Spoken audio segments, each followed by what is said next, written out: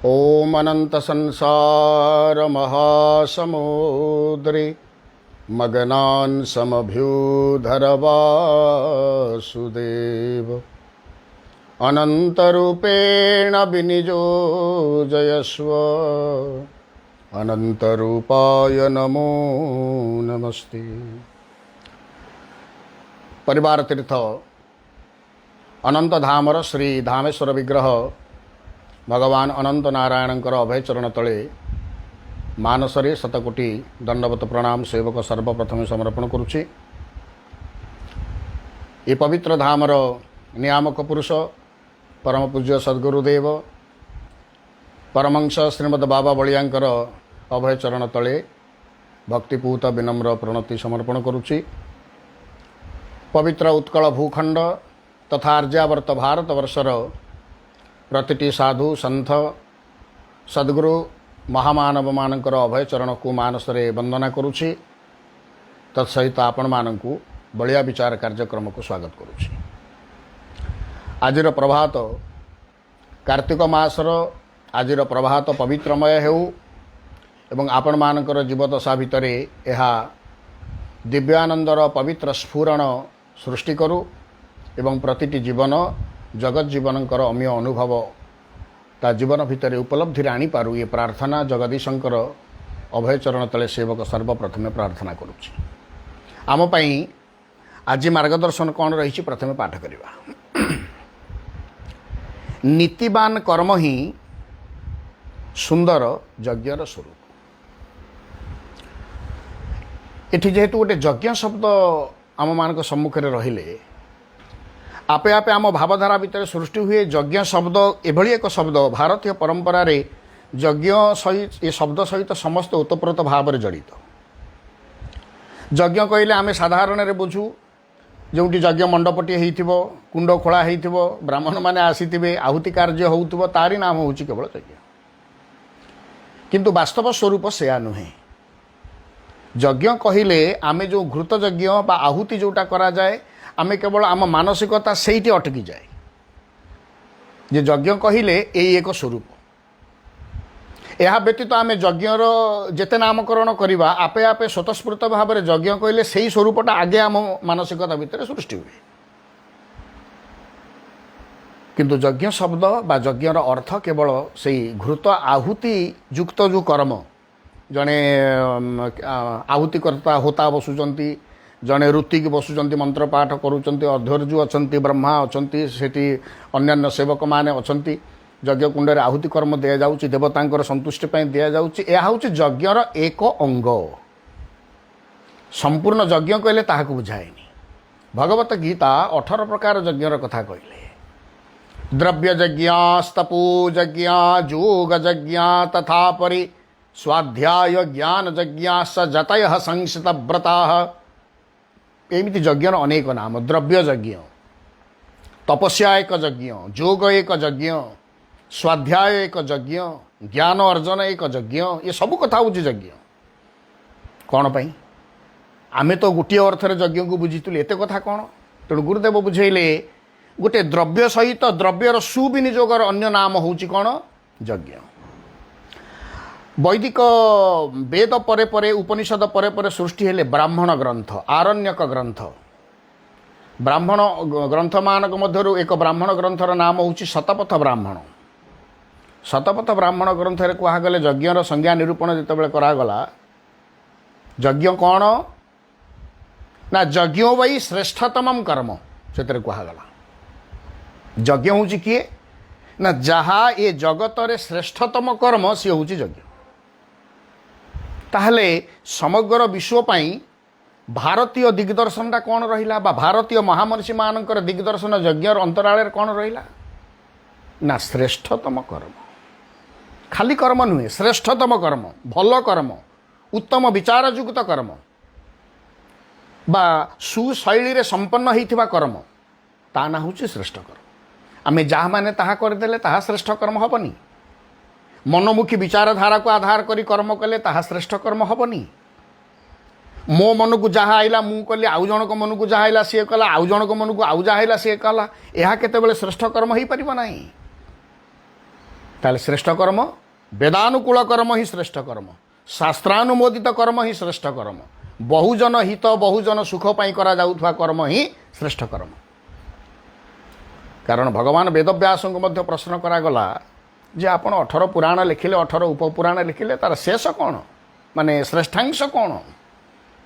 अष्टादश व्यास उत्तर देले अष्टादश पुराणेषु व्यासस्य वचनम द्वयम परोपकाराय स्वर्गाय पापाय परपीडनम।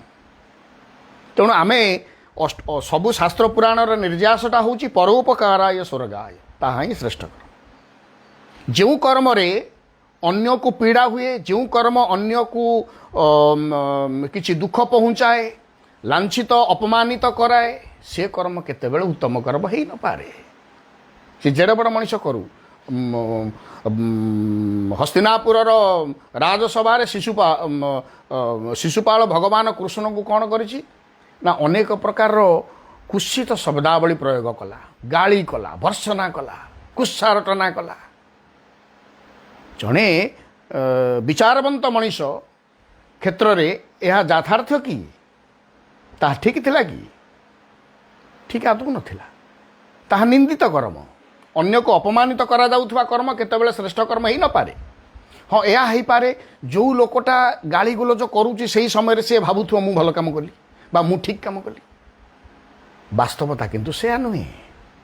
जदि से ठीक काम करिथिला पुणी भगवान कृष्ण चक्र ताकू छेदन कले कहीं तेणु भगवान कृष्ण परोक्षर लीला माध्यम कहले अन्य को भर्सना करवा गाली करवा कुत्सारटना करवा निंदा अपवाद देवा यह केतेबेले उत्तम कर्म नुहे ताहा ईश्वर द्वारा ग्रहणीय नुहे। अनेकंकर मंगल पाई जो कर्म करा जाए अनेकंकर उपकार पाई जो कर्म करा जाए बहुजनर हित पाई जो कर्म करा जाए ता ना होउची श्रेष्ठतम। तेणु यही क्रम आमे वर्तमान तात्कालिक समाज को आसीबा।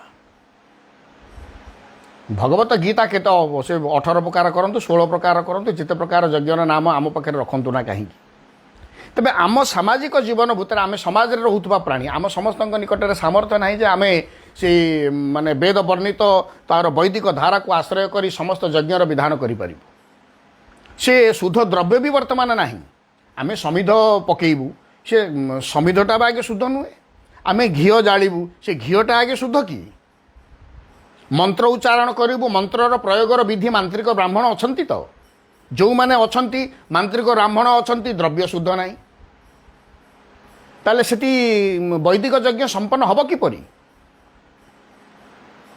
तो ये सब विघटना भितर आमको शतपथ ब्राह्मण जो आदर्श शिखेले बा जो निर्देशावली देले यज्ञ वै श्रेष्ठतम कर्म भल कर्मर अन्य नाम होची यज्ञ।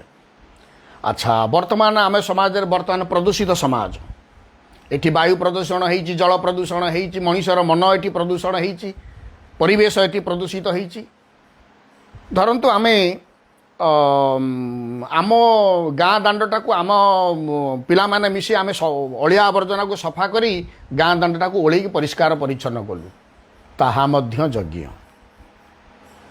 ताहार अन्य नाम मध्य यज्ञ।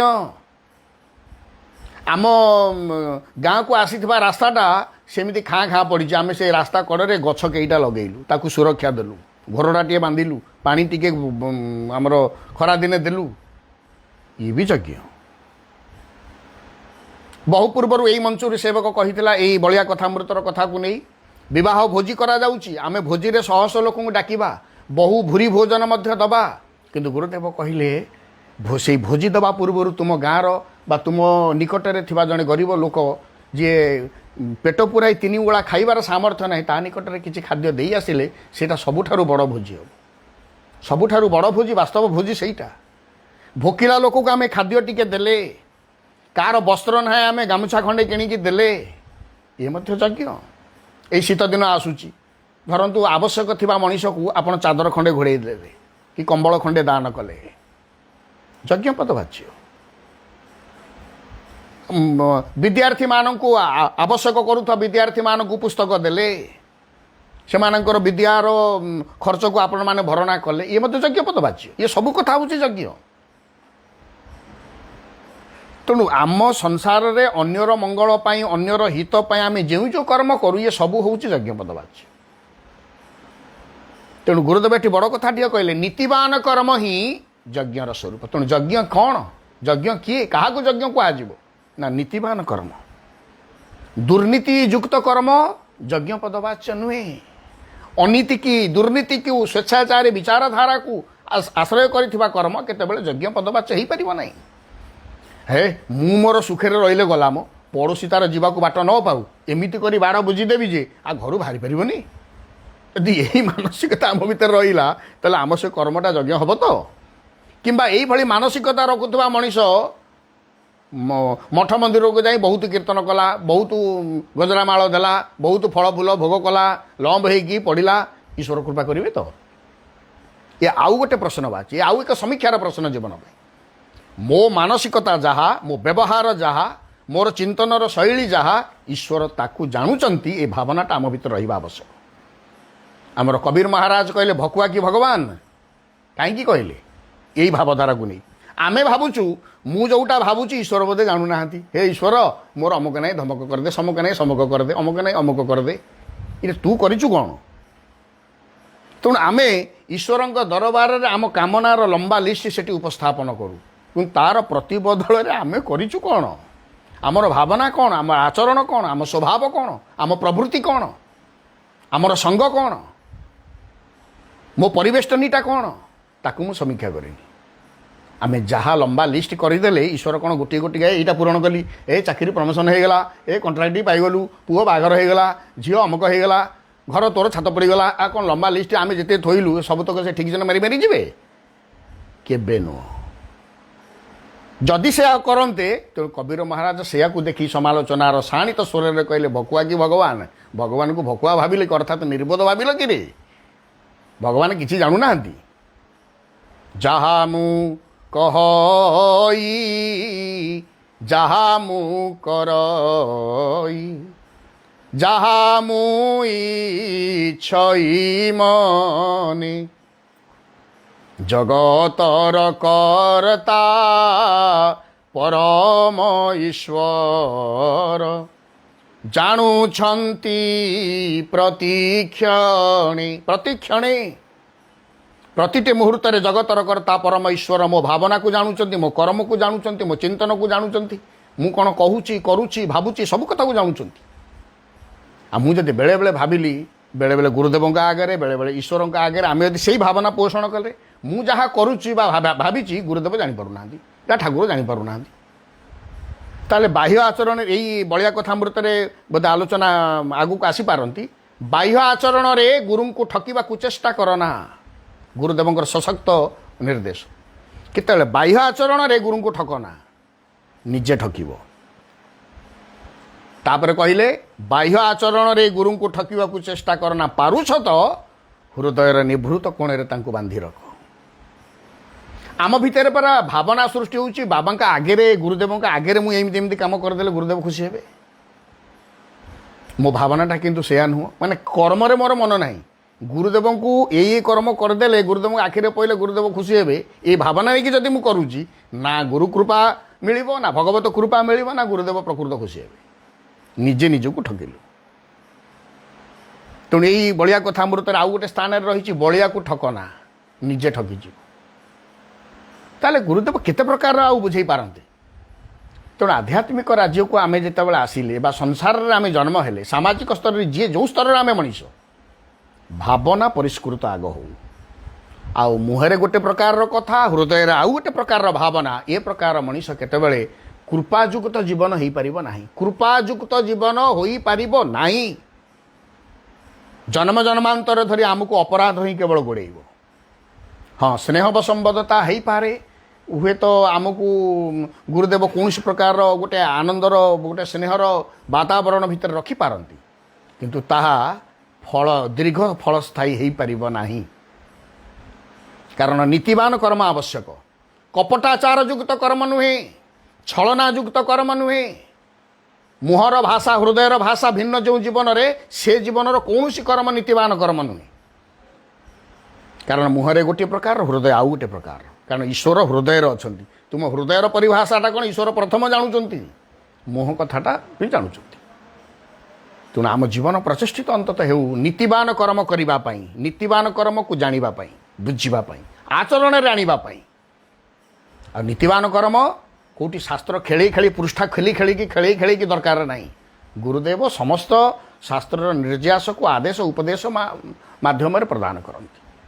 तेणु जी जो गुरुंकर आश्रित आमे से गुरुंकर आदेश उपदेशावली को बाणी को जो शिक्षा को आमे जिते मनन करवा ताहा ही शास्त्रीय निर्देश। गुरुदेव कौन शून्य आणले कौटू कौन सी गुरुवर्ग नूतन कथा मन को कही ना कई दाबी भी करें ना। समस्त गुरुवर्गों कथा शास्त्र रे अच्छी। शास्त्र रे कहुवा कथा को प्रतिटी गुरुवर्ग माने निज निज शैली रे निज निज भाषा रे निज निजर शरणागत मनीष को केवल बुझाती मात्र सृष्टि करती नहीं। शास्त्र कथा सृष्टि करी हब नहीं, शास्त्रीय कथा को ताकू अनुसरण करी हब। तेणु प्रतिटी गुरुवर्ग शास्त्रीय कथा को सरल रु आहुरी सरलतम करी निजस्व शैली रे केवल लोक मान को सरल करी बुझाती जे लोक जीवनटा शास्त्राभिमुखी हो, वेदानुकूल आचरण करू, शास्त्रानुकूल तार भावना वृद्धिमंत हो ता जीवन भितर। एतिक हूँ से महत् चेष्टा। गुरुवर्ग ये संसार को आसती कौन पाई? जीवेर निस्तार लागी नंद सुत हरि भुवने प्रकाश हन गुरु रूप धरी। जीवर उद्धार पाई जीवेर निस्तार लागी नंद सुत हरि अर्थात ईश्वर गुरु रूप अवतरण होती। तेणु शास्त्र कथा को किए जानती ना केवल ईश्वर को ही समस्त शास्त्र कथा जना। भगवत गीता रे विश्वरूप दर्शन जोगरे अर्जुन से विश्वरूप को देखिकी प्रार्थना करुचंती। त्वमादिदेव पुरुष पुराण तमस्य विश्वस्य परम निधानम। तापर गोटे एडे बड़ कथा कहिले वेत्तासि वेद्यम च परम च धाम त्वया ततं विश्वमनंत रूपम। वेत्तासि वेद्यम ये जगत रे जहाँ वेद्य वस्तु अच्छी ज्ञातव्य वस्तु अच्छी जानिबा कथा अच्छी शास्त्रीय कथा अच्छी तार ज्ञाता होचंती केवल आपण। तेणु ईश्वर होचंती केवल सर्वज्ञाता। सर्वज्ञ ये जगत रे मनीष हो पारिबो नाही। जे सर्वज्ञ बोली दाबी करूची सेटा शुद्ध फंपा माठियाटा बोली धरी नेबे। कुंभमेलार अनेक स्थान रे सेवक देखी त्रिकालदर्शी सन्त आए त्रिकालदर्शी ये गोटे काल को तो जीवन ना त्रिकालदर्शी। फंपा माठियार शब्द बहु बेसी आत्म प्रचार जो मानकर बहु अधिक आपण सेतिकी जानते से माने फंपा माठिया सेतिकी। अगाध जल संचरी रोहित नैव गर्भित गंडूस जल मात्र न सरपरी फरफराए थे। गंडूसे जल रे दंडुकिरी माछटा फुड़ फुड़ बहुत है, गभीर जल रे रोही माछटा स्थिर रुहे। यहीटा ही होची फरक। तेणु साधनार सिद्धि जहाँ निकट में जेते अधिक जो जीवन में भगवत उपलब्धि जेते अधिक सी सेते शांत है फड़फड़ है। तेणु आपण मैंने कुंभ मेलार से जो बोर्ड सब मराही तो बैनर ताकू देखिले भी हस मारे। तेणु ये जगत में त्रिकालदर्शी होउचंती बा सर्वज्ञाता होउचंती एकमात्र ईश्वर, मनीष नुहे। मनीष गोटे गोटे विषय ज्ञाता हो पारे, सर्वज्ञाता केबे भी हो पारिबो नाही। तेणु जीवन शास्त्रानुमोदित कर्तव्ययुक्त हो, गुरुदेवंकर आदेश उपदेश को मनन करी से भावधारा रे अंततः आम मानकर जीवनर शैली आमर कर्म संपादित हो एवं कौनसी कर्म अन्य मान को अहित बा अन्य मान को दुख अन्य मान को क्लेश न पहुँचाऊ, अन्य मान को निंदा अपवादर युक्त न करो। से प्रकार कर्म ही नीतिवान कर्म। आउ से नीतिवान कर्म ही वास्तव यज्ञर स्वरूप। घृताहुति यज्ञर एक रूप मात्र। आमे स्वाध्याय कलु ये मध्य यज्ञ, गछटिए लगेलु सी मध्य यज्ञ, गरीब पिला को पुस्तक दान कलु सी मध्य यज्ञ, वस्त्र नथिबा लोक को वस्त्र खंडे देलु सी मध्य यज्ञ, भूकिला मनीष को आहार मुठे देलु सी मध्य यज्ञ। आम दुआर मुरे भिकारीटी आसुची ताकू जदि श्रद्धार सहित मु बासी रुटीटा भी देली सी मध्य यज्ञ। तेणु श्रद्धार सह विवेकानुमोदित शास्त्रानुमोदित प्रतिटी करा जाउथवा कर्म एवं अन्यर मंगल हित पाई विश्वर मंगल पाई जनमंगल पाई करा जाउथवा कर्म वास्तव यज्ञर स्वरूप। कथा को एट रखिए। जय गुरुदेव।